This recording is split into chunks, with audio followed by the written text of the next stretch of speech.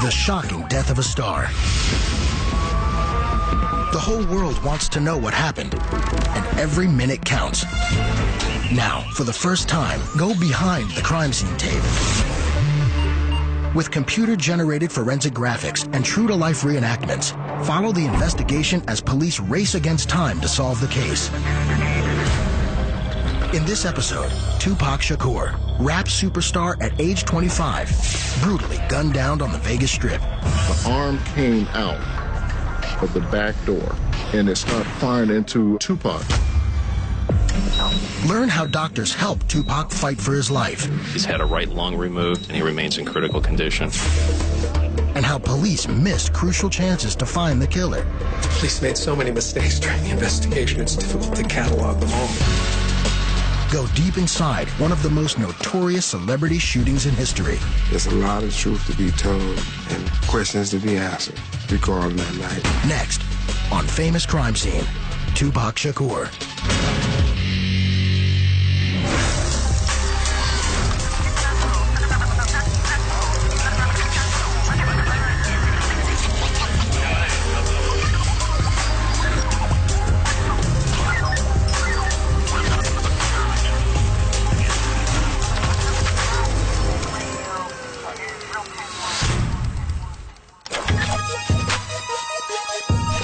It's September 7th, 1996. Tupac Shakur is in Las Vegas with Suge Knight, head of Death Row Records, to attend the Mike Tyson-Bruce Seldon fight at the MGM Grand.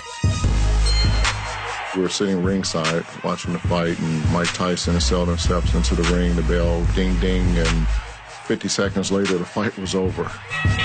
Mike knocked him out in the first round. Tyson and Pac were, good friends, so we was in a pretty celebratory mood.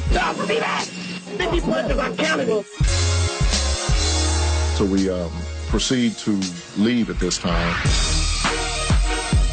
We're going down Las Vegas Boulevard trying to get to my club at the time. It was called Club 662. We were directly behind Suge and Pac, and in our car was Frank, the bodyguard, and two guys. They were going to a party. They sort of were cruising to get there. They had some time. New York, LA, just the West Coast. I want the East Coast, too. And these gals are in one car, and they turn and talk to them. Had said, "Hey, Tupac, where you going? Where you going?" And it's like, "We're going to the club over to 662. Go over there." The convoy hits a red light at the corner of Flamingo and Koval. Two cars stop in front of the vehicle carrying Suge and Tupac. Tupac's bodyguard pulls up directly behind.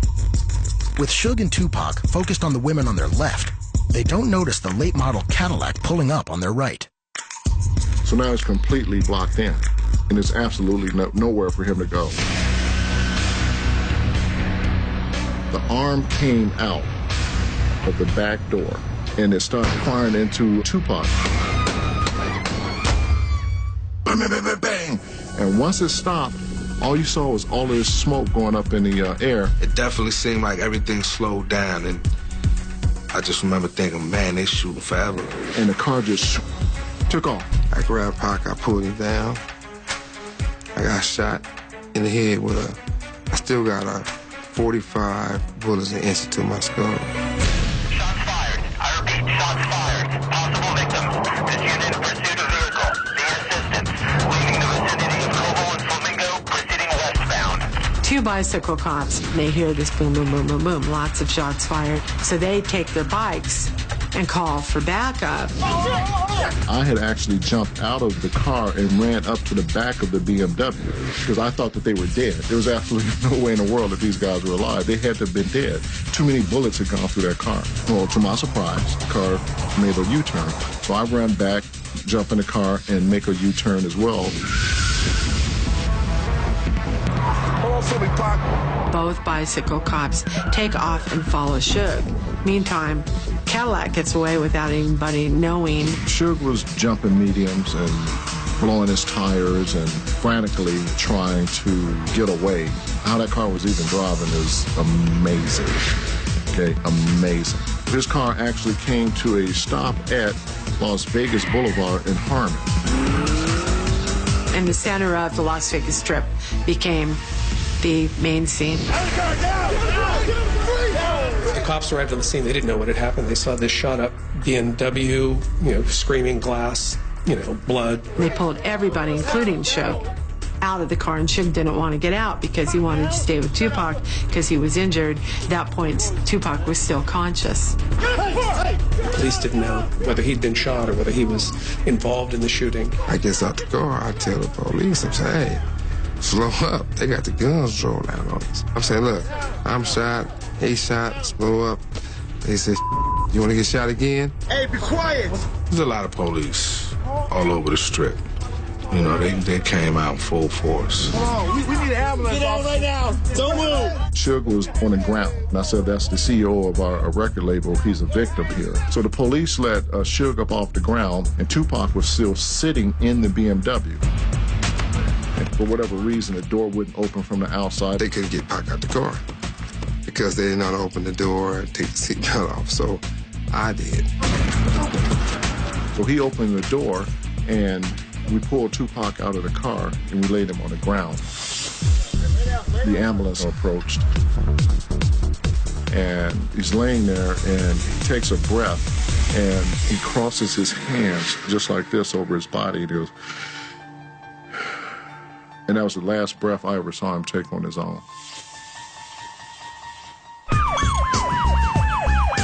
Tupac is barely conscious as EMS workers load him into the ambulance and rush him to the University Medical Center. With the injured evacuated and the area around Suge's car secured, police begin their investigation. Harmon and Las Vegas Boulevard became the focal point for the police, for ambulances and everything. We were cuffed and interrogated right there on the Vegas Strip. We got tattoos and whatnot, so it was like, what gang you in? And they was like, who did you see? Can you give us a description?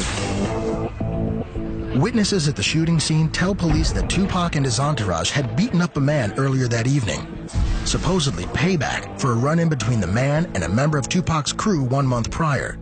After the fight in the MGM, one of Suge's homeboys came over, and he whispered into Tupac's right ear. Well, when he whispered into his ear, Tupac shot off. They ran up to this guy, and he started throwing blows at him. The rest of the entourage approached him as well, and he started, kicking him and, fighting him while he was down on the ground. Suspecting this may have been the motive for the shooting, police speak with security staff at the MGM, but they can provide no details. Security did not take an incident report because the person they were kicking and stomping on, he said no, he wasn't going to press charges, and they didn't even know who the person was other than they had his first name, Orlando. All right, we're here.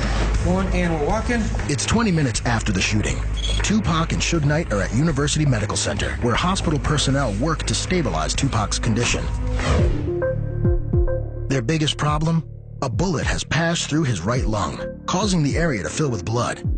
In order to drain it, doctors insert a tube through skin and muscle, between the ribs, and into the chest cavity. The vast majority of thoracic trauma that occurs, that's going to take care of your problem. The blood vessels will contract, the bleeding a lot of times will stop on its own, and that's all you have to do. They believed they had him stabilized, but apparently the level of internal bleeding was more significant than they realized. Meanwhile, police are on the hunt for the shooter's car. We are looking for a suspect vehicle which was described as a white Cadillac, newer model Cadillac. That's all we have on it right now. We have our crime scene analyst who's gathering evidence. The police made so many mistakes during the investigation, it's difficult to catalog them all. Number one error was why one of those bike patrol officers didn't stay at the scene of the shooting on Flamingo. You've got witnesses who might have taken off. You've got all these people, and then they're scrambling after the fact. Dozens and dozens and dozens of people drove through the crime scene by the time they closed it off. It was contaminated in every way, probably totally useless. In the 20 minutes before the shooting scene could be secured, casings left from the shooter's gun were run over and scattered by speeding cars. Some were damaged. Others rolled yards away into gutters or otherwise disappeared. They didn't get any fingerprints off the casings. They weren't able to get forensics on this, and the evidence in this case was just very little. Ballistics evidence shows that the shooter in the white Cadillac